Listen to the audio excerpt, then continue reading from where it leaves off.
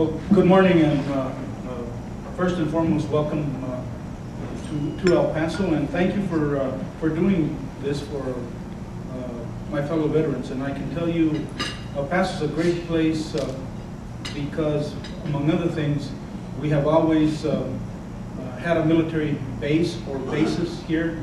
This is the home of Fort Bliss, White Sands, and Holloman Air Force Base. As the representative for Texas 16, I am proud to tell you that I always consider myself representing the whole region. So I am a senior member of the Armed Services Committee and the Veterans Committee, both committees that are very important to this region. So you being here is very important to us, and thank you for highlighting the fact that when you talk about hiring veterans, when you interview veterans and when you hire them, you are getting a great deal, because our veterans today, like the veterans of yesterday, which I consider myself one, are great prospective employees for any company or any employer. I can remember when I got out of the Army, and back then we were able to take all the federal tests because even though they were closed for veterans, the government reopened them for us. And so I took Bureau of Prisons, I took Customs, obviously Border Patrol, DEA today. Back then it was the Bureau of Narcotics and Dangerous Drugs, the Post Office, just about any and every federal exam that was available, I took. And I wound up in the Border Patrol simply because they were the first ones to call me and interview me. Today, as we all know, it's a tougher market because of the economy. Today, we're talking about cutbacks, even in the Post Office and the Postal Service. So some of those options that were open to me back then are not available to veterans today. But the common denominator from then to now is the quality of individuals that you will get when you hire veterans. I was telling John a little while ago that sometimes we have to remind the veterans that they're not just an infantryman, that they're not just somebody that was trained to shoot and deal with combat situations. And I say that because when those soldiers tell me that, I remind them. I said, listen, today when you go to war, it's a high-tech war. You have to call in perhaps a predator strike, and so you have to know the topography, you have to know the coordinates. You have to do that by handheld computers. When you call in an air assault, you better not screw that up, and so you have to take in all of the different targeting parameters so that that fighter that's coming in at 800-900 miles an hour is going to be able to hit the target and not hit innocent civilians or friendlies, as we call the soldiers that are fighting for us. So there's a lot more complexity today that actually can translate into the domestic or the civilian marketplace. At a time when you're talking about just-in-time delivery, when you're talking about being able to maintain an inventory and being able to project, being able to operate computers and being able to have that understanding is a great advantage to employers. So these are just things that we have to remind our soldiers and veterans once they leave the military, that are skills that they have. On the Armed Services Committee, we have convened 2 sessions where we bring in national employers, whether you're talking about Walmart, Home Depot, Lowe's, all these national employers. We bring them into the committee so that they can understand how soldiering skills can translate into the kinds of skills that they need in their stores, in their companies or corporations. So today we have a full-scale operation, making sure that we're going to be prepared to offer employment to veterans. Veterans that have been defending our way of life, veterans that have been out there, whether it's Iraq, Afghanistan, Pakistan, or any of another 117 countries where they're present today, they should have the priority. I can remember when I came out of the Army and was actually interviewed by a number of people. They always asked me two questions, and that was, are you a reader? In the past, we've had commercials about hiring people that read because there are people that are going to make better employees. So, are you a reader? And the second one, are you a veteran?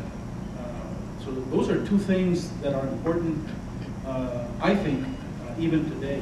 And two things that when you talk about merging that with technology and the skills that it takes today to manipulate a robot down an alleyway in Fallujah, and making sure that that robot is able to articulate all of the potential death traps that are in that alley or down that roadway. The ability of a soldier to be in the striker, inside the striker, protected with automated weapon on top, along with a camera that sees 360 degrees, and that soldier being so skilled that he can be firing that weapon and at the same time seeing the challenges that are on his right or on his left. That's a tremendous skill that can be translated perhaps into the civilian world, because he knows how to work that computer, he knows how to do multitasking, and so those are all skills that employers today, I know, value. The other thing that I want to talk about is the efforts that the administration is making. And just yesterday, President Obama listed a number of priorities for the administration to help veterans transition from the military life to civilian life. He announced that by executive order he was going to make available a veteran gold card so that veterans coming out of the military today would get services, priority services, anywhere in over 3,000 centers around the country dealing with matching veterans with employers and employment centers around the country. He also talked about a veterans job bank, which is a national registry, so that veterans perhaps in New England could be matched with companies in the Southwest.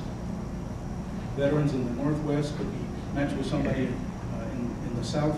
And that's a national job bank that would have the veterans' data and skill sets and make them available for interviews, even via video teleconferencing from the local employment center, again, using that gold card. The president also announced that he intends to have a new online resource exclusive to veterans where they can get, I'm assuming things like tips on how to interview, how to translate their MOS, their military occupational specialty, to the civilian side, because they do need help with that. You know, there's nothing worse, I think, than to have a young soldier say, well, you know, all I know how to do is shoot a rifle and take people out in combat. They have to be reminded of the skills that they bring, including the fact that they're highly disciplined, they're intelligent, and they're required to handle the challenges today of the technological world. So this seminar here, this symposium, is very timely. I want to thank all of you for being here. I especially want to tell you how much, as a veteran, I appreciate the work that's being done to help our veterans transition from their military life to a civilian career. And earlier I was talking to, I think it was Tim, and he was saying, you know, what's gonna happen when we're already drawing down in Iraq. We're in the process of trying to get out of Afghanistan. Once that happens, the Pentagon is infamous for, once that is done, they want to look at the next challenge. And the worst part is they're going to reduce the force. And so they're going to throw these thousands and thousands of veterans out into the job market. And what he was saying is, I'm afraid that since we're no longer at war in Iraq and Afghanistan, people are going to forget that these guys and girls have been out there on the front line, defending freedom, doing the kinds of things that allow us to do the things that we take for granted as Americans. So it's not just a couple of years that that's going to happen. Sometimes it's 5 years before a veteran can really transfer out of the military into the civilian market, and he'll go through multiple jobs before he or she settles into a career. So those are the kinds of things, and those are the kinds of challenges that we need to keep in mind, and that's why this symposium is so important. As I get a chance to go around the district here and talk to my small business community, I remind them, this is a great country because of the men and women that have fought for it. Some have given the ultimate sacrifice, but so many of them are in our community looking for a job, looking for help. And I always ask them, please give them priority. Please help them make that transition, because they bring with them loyalty, skills, and a commitment to excellence, which is what the military requires of them.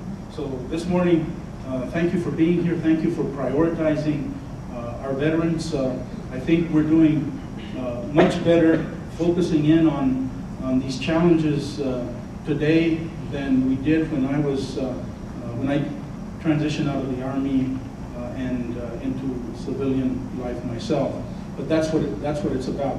That's what we're supposed to be doing, making things better today than they were yesterday. And only focusing on that can we count on a better future and a better tomorrow. So thank you again. Welcome to El Paso.